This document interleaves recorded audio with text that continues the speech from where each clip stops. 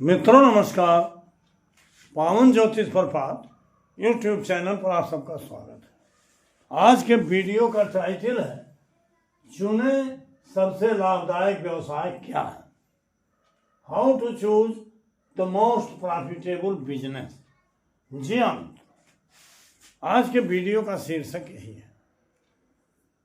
मेरे पास अनेकों लोग रोज ये सवाल करते हैं कि गुरुजी मेरी कुंडली देखिए और मुझे बताइए मुझे कौन सा व्यवसाय करना चाहिए। तो आज मेरे दिमाग में आया कि व्यवसाय चुनने के लिए, वो भी लाभकारी व्यवसाय चुनने के लिए,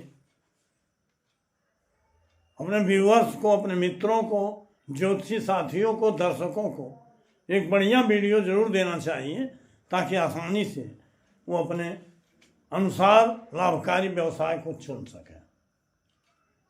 तो आपसे आगे बढ़ने से पहले अनुरोध है कि मेरे चैनल को अगर अब तक सब्सक्राइब नहीं किए हैं तो नीचे का सब्सक्राइब बटन पुश करिए, बगल में जो घंटी का निशान आता है उसको भी दबा दीजिए, ऑल के बटन पर क्लिक कर दीजिए ताकि प्रत्येक वीडियो का नोटिफिकेशन शीघ्र आप तक पहुँच जाए। वीडियो पसंद आवे तो लाइक करिए, मित्रों को शेयर करिए और एक प्यारा सा कमेंट वीडियो के अंत में दीजिए, मैं उसका जवाब देता हूँ जो जिसके आप प्रमाण हो। वीडियो स्किप करके मत भगाइए, पूरी वीडियो देखिए। ऐसा करने से आपको वीडियो का रहस्य और तथ्य और सारांश सब पूरी तरह से समझ में आएगा। देखिए, आज की वीडियो बहुत बड़ी तो नहीं है और न किसी जातक का बर्थ डिटेल है, लेकिन मैं आपसे बताऊंगा कि जन्म कुंडली से भी 10वें घर से ही व्यवसाय देखा जाता है और प्रश्न कुंडली से भी देखा है। यंत्र के व्यवसाय का स्थान 7वां है, लेकिन कर्म स्थान हमारा और आपका 10वां है।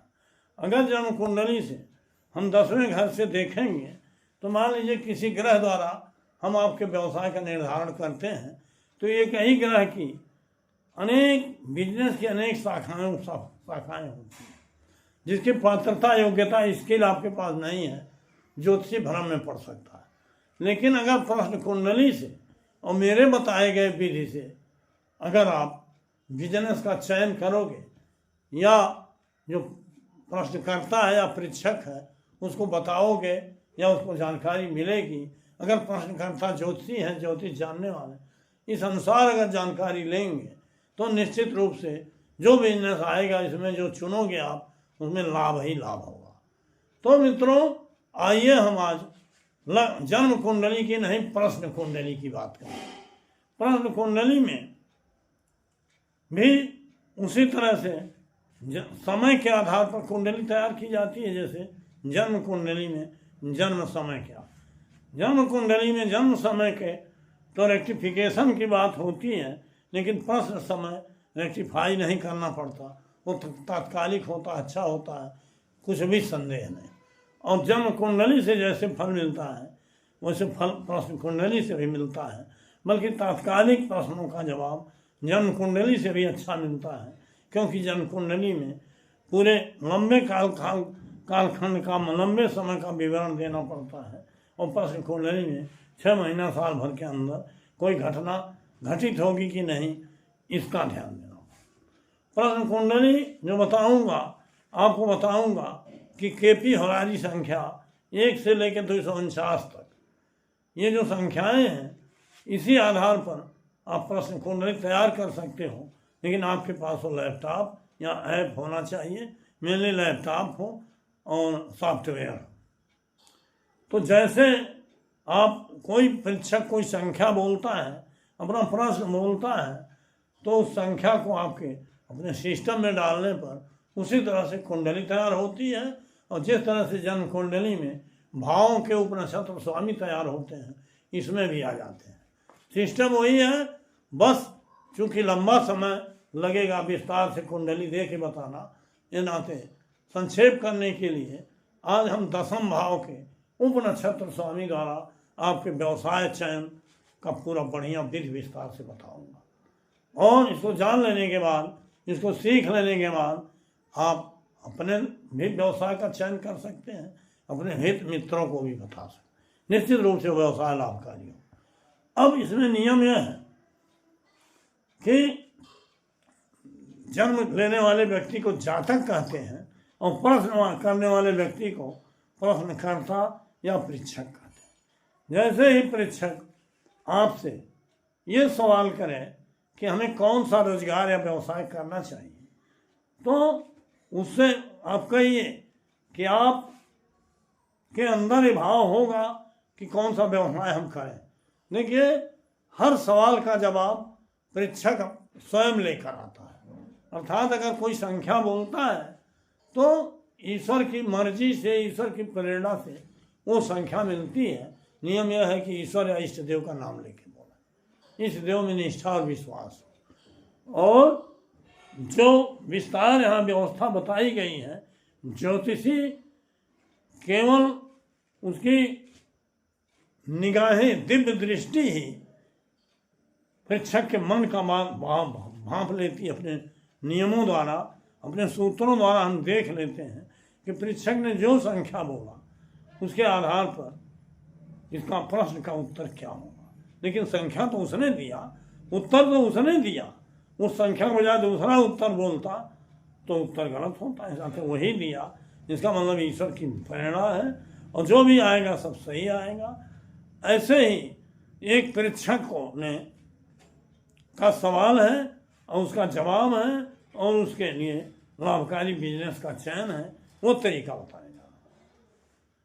जब परीक्षक से कहा गया कि आपके अंदर जो आपकी स्किल है, क्षमता हो, जैसे हम कह दें शुक्र को देख करके कि आप जो वकालत करिए, लेकिन भैया जब वकालत तब करेगा जो LLB किया रहेगा।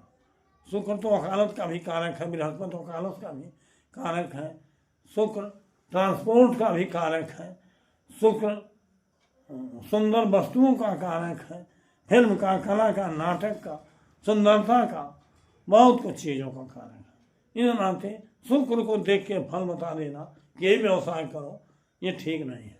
इसलिए उसके लिए प्रश्न कुंडली सर्वोत्तम विधा है। और इस जातक का, आइए इस जातक से हमने कहा 1 2 3 4 5 जो भी व्यवसाय आप करना चाहते हो, आपके मन में हो, सीरियल से उस व्यवसाय का नाम लिखो और हर व्यवसाय के सामने ईश्वर का नाम लेके 1 से लेकर 249 तक की संख्या लिखो और उसके आधार पर मैं तय करता हूँ कि कौन सा व्यवसाय आपको लाभकारी होगा। उसने लिख के दिया और उसको मैंने इस तरह से बताया। जैसे परीक्षा की उत्सुकता या जिज्ञासा, यहाँ पहला लिखा दूध का कारोबार।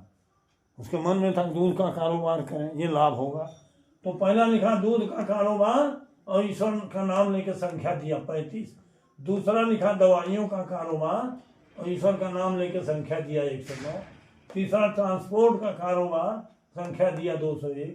चौथा कंप्यूटर का कारोबार, संख्या दिया 87। और पांचवा कपड़ों का कारोबार, संख्या दिया 177। इन्हीं संख्याओं के आधार पर नियम यह है कि जब प्रश्न कुंडली तैयार हुई तो हम 10वें भाव के उप नक्षत्र स्वामी को देखें।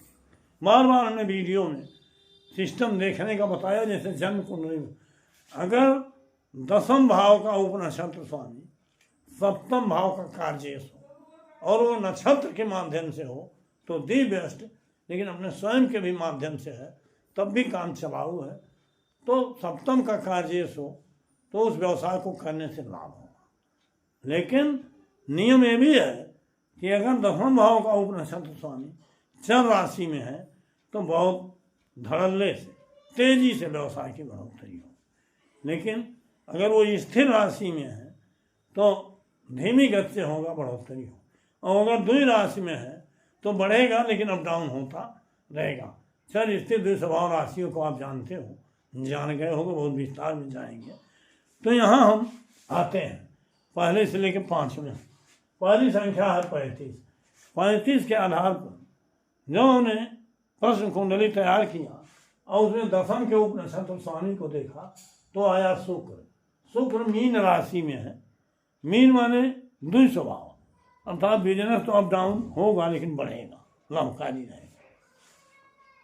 चर में नहीं है, अब शुक्र में आया है 11-1-6, देख लीजिए 11वां भाव भी बढ़िया, 6वां भाव भी 10 धन के लिए, और इसका स्टार लॉर्ड है शनि, जिसमें 10-9-10 आया है, अर्थात 6-10-11 तीनों आ गया धन के लिए। लेकिन 7वां होना जरूरी है। आपको बार बार मैंने बताया है कि शनि या कोई ग्रह उसकी दृष्टि को भी सिग्निफिकेटर माना जाता है। शनि 10वें भाव में बैठा है, कुंडली यहाँ तो नहीं है, लेकिन 10वें भाव में बैठ के 7वें को दे, तो 7वें का भी वो सिग्निफिकेटर माना जाएगा। अर्थात 10-9-10 और 11-1-6। शनि तो बहुत बढ़िया, ये शुक्र बहुत बढ़िया, मैंने 35 संख्या वाला कारोबार इसके लिए अच्छा दिखा रहा। दूसरे का भी देखा, जो सर्वश्रेष्ठ होगा उसको चुनेंगे। दूसरे में दवाइयों का कारोबार 109 संख्या है, इसका 10 का उपनक्षत्र स्वामी बता रहा है 5-12, मंगल के नक्षत्र में है, मंगल 10-3-8। मित्रों, बार बार हमने बताया है कि जन्म कुंडली में तो बकरी और मार्गी का महत्व तो नहीं है, लेकिन प्रश्न कुंडली में अगर किसी भाव का उपनक्षत्र स्वामी बकरी आया है तो जो मार्गी होगा तो कार्य सिद्धि देगा, अगर अन्य नियम अनुकूल है तो। लेकिन अगर वो बकरी के रह के नक्षत्र में है तो सीधा उस प्रश्न का उत्तर नहीं। तो यहाँ देखिए, सूर्य में जो भी भाव है ये मंगल के नक्षत्र में है, क्योंकि मंगल बकरी चल रहा है, इस नाते इस संख्या पर जो भी सवाल है जिसका मतलब निगेटिव है उसको देखने की जरूरत नहीं। अब तीसरा दवाइयों का कारोबार निगेटिव है। तो तीसरा है ट्रांसपोर्ट का कारोबार। ट्रांसपोर्ट के कारोबार में 10 का उपनक्षत्र स्वामी राहु। राहु थोड़ा खट्टा कर देता है, ये छाया ग्रह पर बहुत विश्वसनीय नहीं है, लेकिन है, राहु है। राहु में 2 बार आया हुआ है, और शनि उसका नक्षत्र स्वामी है, इसमें भी 1-2-3 1-1-2 आया है। इस नाते सिग्निफिकेटर ही नहीं है। मान लीजिए शनि को प्रथम में मान लें तो सप्तम को देख रहा है, लेकिन हम इसको बहुत एडमिट नहीं करते, हमारी ये भी मर्यादा है कि थोड़ा ग्रह भी अच्छा हो। अब इस नाते ट्रांसपोर्ट कारोबार को शनि की दृष्टि के नाते स्वीकार तो करते हैं, लेकिन पहले वाले की तरह नहीं। अब चौथा है कंप्यूटर का कारोबार। कंप्यूटर के कारोबार के लिए संख्या थी 87। इसका 10 का सम्राट बृहस्पति है, जिसमें 10-5-9 है। इसका नक्षत्र स्वामी चंद्रमा है, जिसमें 2 बार है। इसमें 7वां भाव दृष्टि से भी नहीं दिखाई दे रहा है, जिसका मतलब 10 का सम्राट सभी भावों को बतावे, लेकिन 7वें को अगर नहीं बता रहा है, दृष्टि द्वारा ही बतावे, लेकिन इसमें नहीं है, ये नाते कंप्यूटर का कारोबार उपयुक्त नहीं है। और 5वां है कपड़ों का कारोबार। कपड़ों के कारोबार में देखिए 177 संख्या है, जिसमें 10 का सम्राट बुध है, और ये 2-7 बता रहा, स्वयं द्वारा 7वां भाव है, और राहु के नक्षत्र में 3-1 बता रहा। अब 2-7-3-1 बता रहा है, ये राहु के नक्षत्र में है 3 तो रिजेक्टेड है, लेकिन ऊपर वाला शुक्र जो है ये 11-1-6 बता रहा है, 10-9-7 सब बता रहा है। इसका मतलब इससे भी बढ़िया है ऊपर वाला 35 नंबर वाला। तो 2 में से 2 अगर एडमिट कर रहे हैं तो इसको हम नहीं बताएंगे कपड़ों के कारोबार को, क्योंकि इससे बढ़िया तो सबसे ऊपर आया है। इस नाते इस जातक को हमने बताया कि दूध का कारोबार करो, लाभ होगा। तो मित्रों, इस विधि से जो भी रिजल्ट दिया जाएगा, ये कोई आज का विषय नहीं है कि इसको देख के हमने आज बताया, कल बताया, 2 दिन। अच्छा, अनेकों लोगों को मैं ऐसा प्रेडिक्शन दे चुका हूँ, और इस आधार पर अगर व्यवसाय कर रहे हैं तो सर्वथा लाभकारी व्यवसाय मिल रहा है।